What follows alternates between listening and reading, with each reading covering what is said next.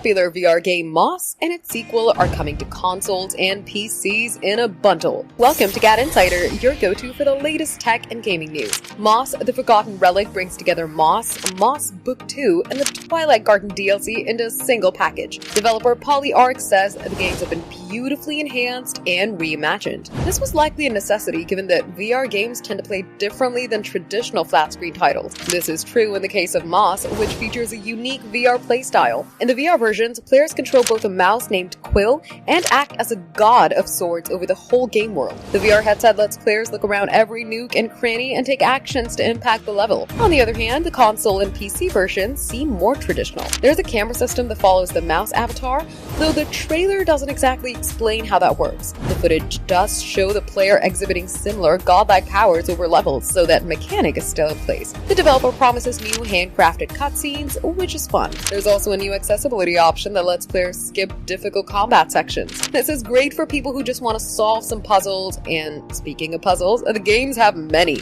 Moss, the Forgotten Relic is coming out in sometime this summer, and will be available for PC via Steam, Switch, Switch 2, PS5, and Xbox Series XS. But for how much? That's still a mystery. It's not often that VR games get ported to flat screens, but it is relatively easy when it goes the other way around. There are VR versions of Resident Evil games, Hitman games, No Man's Sky, and Borderlands 2, among others.